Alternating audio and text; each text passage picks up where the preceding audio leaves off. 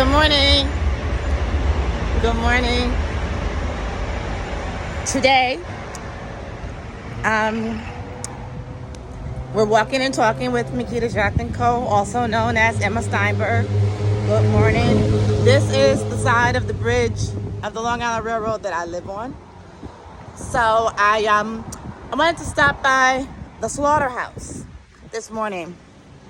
Yeah. So what has happened is, in a recent influx of immigrants into the country, not the illegal immigrants, not those. This is legal immigrants who've come maybe between 1995 or 2000 and now. So those types of illegals, what they have discovered is that once they got into New York, they did not have access to fresh killed meat. Hello? Yeah. Excuse me. I'm overcoming a lung infection. I was a little ill recently. It was not COVID. Have no fear. So I am going to live. So what happened is the immigrants that got here between 2000 and 2005, they wanted to have fresh killed meat. And they realized that once they got into New York, we don't have fresh killed meat. We don't have farms in the inner city. That was outlawed at the turn of the century, almost right before 1930. New York stopped having farms in the city area. As I told you, we're on Jamaica Avenue right now, right? That's Jamaica Avenue behind me. I just walked off of Hempstead Avenue, where Jamaica Avenue and Hempstead connect, where Long Island will begin soon, and about 10 blocks behind me. Well, they call it Long Island, but the whole island is Long Island. So Brooklyn and Queens is on Long Island, and so is Nassau and Suffolk County. So what I wanted to do is let you know how these recent immigrants have decided that they'd like for New York to morph, how they want to change New York. They came into America. They saw America for what it was. They saw that we didn't have slaughterhouses in the inner city limits, and they pushed. They joined the Congress, right? They joined the Assembly. They joined the government agencies. They were elected, and they began to have conversations with their own elected officials, asking for fresh kill options. And this is one. This is one of the fresh kill options.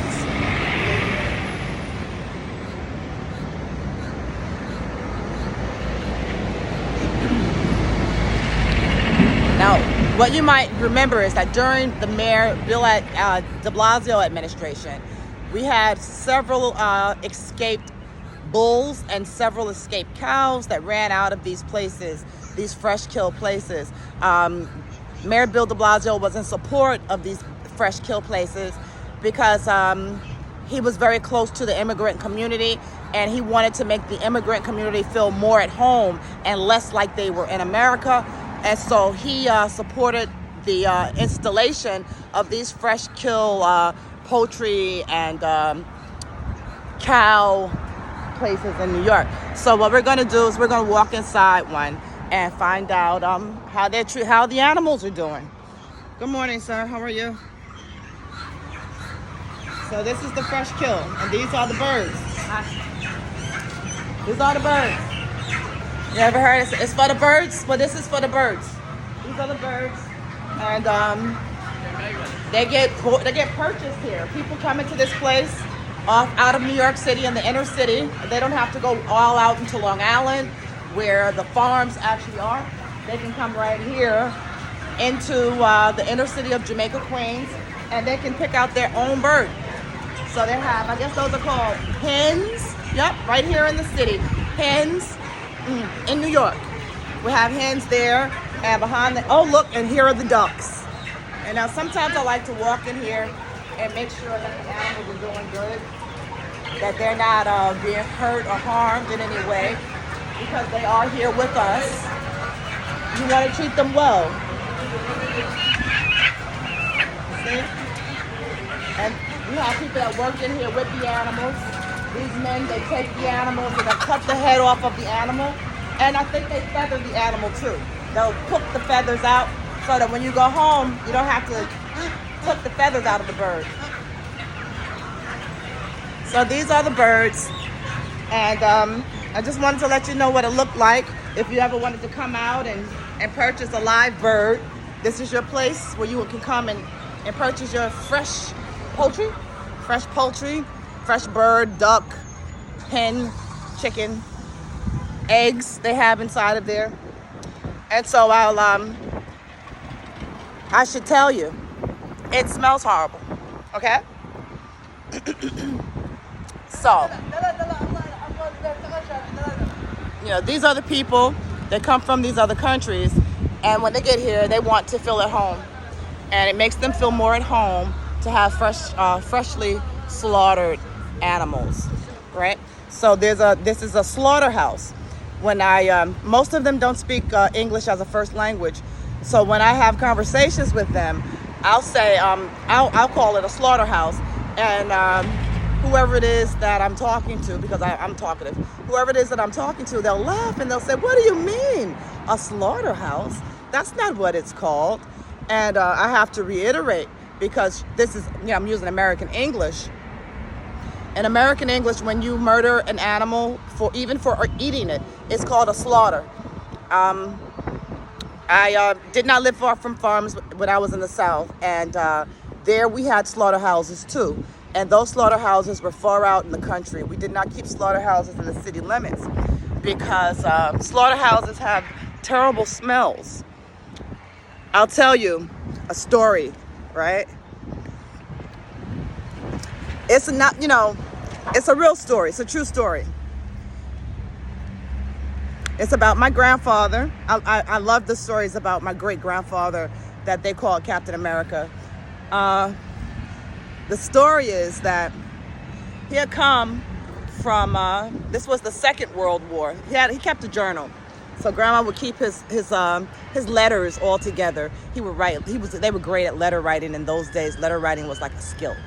So he would keep a journal of his days at war, and in one of his journals, you know, he was saying that he had seen so much death. Basically, this is after the Second World War, and he came home to where we were living in near Cherokee Nation, down in the Carolinas. We did not live on the reservation. We lived off of the reservation, but every now and again we would go to the reservation to powwow and to meet other Cherokee blood people. So we were living in a very rural area, not an urban area at all, when I was maybe 5-6 years old. And he came to our place where we were living, where there was a farm and there was a slaughterhouse. And he wrote in his journal that he felt more comfortable in the slaughterhouse than he did with the people who were alive, because he had seen so much carnage, so much death, so much murder, so much bloodshed during the Second World War, that someplace like this, the slaughterhouse, where animals are murdered, was more like home to him than the small houses and the cottages that his family occupied here in America. So it kind of, what it did for me, because I was alive, you know. I was only little, so I can't remember clearly, but I know he wrote it down, so that makes it easier. And when he came back into where we were living, and he looked at us all, and I probably couldn't even talk or whatever, I was so little. I remember him saying, and we eat that. We take them and we slit their throats and we bleed them out, and then we cook them and we eat them. He didn't say it to be mean. He didn't say it to cause any controversy. He didn't say it because he wanted to send a message. He just said it because it was the truth. And I heard it differently, I believe, than everyone else who was there in that setting with me at 5 or 6 years old, I heard that we as people, humans, were murdering other animals. And not only were we murdering other animals, we were eating them. So at that point, I decided not to eat another cow, pig, or goat or animal that lived in harmony with us on the farm.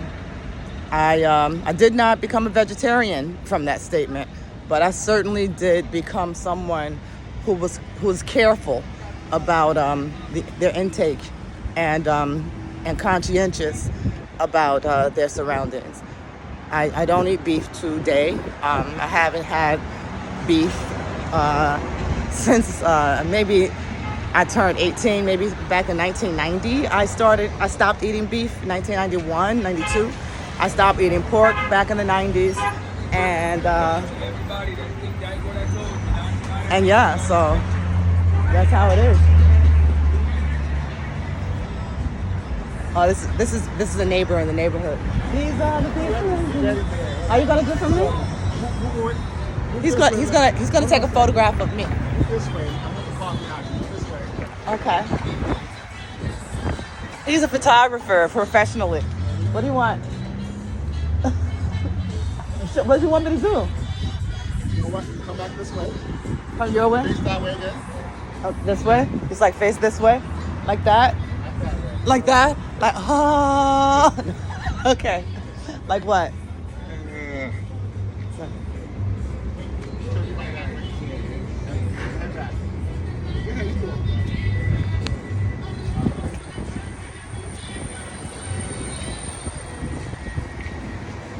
Should I smile? Should I smile or not? Let's do it without smiling. Yeah. So his name is Barber Mick. He's Samuel's barber, and he's taking photos of me taking photos. Thank you, Mick.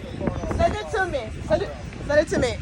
So, yeah, I am not I don't eat animals. Long story short, thank you for attending my TED Talk. It's been a blast. I wish you to win. I wish I would win. I love you. Peace. Mekita Jacqueline Coe, your local untrained anchor woman. Coming to you live from Jamaica, Queens. The weather is partially cloudy. You may go out today. You don't even have to wear a hat. I put mine on because I felt like it, because that's what I wanted to do. You don't have to do that, though. Weatherman out. Peace.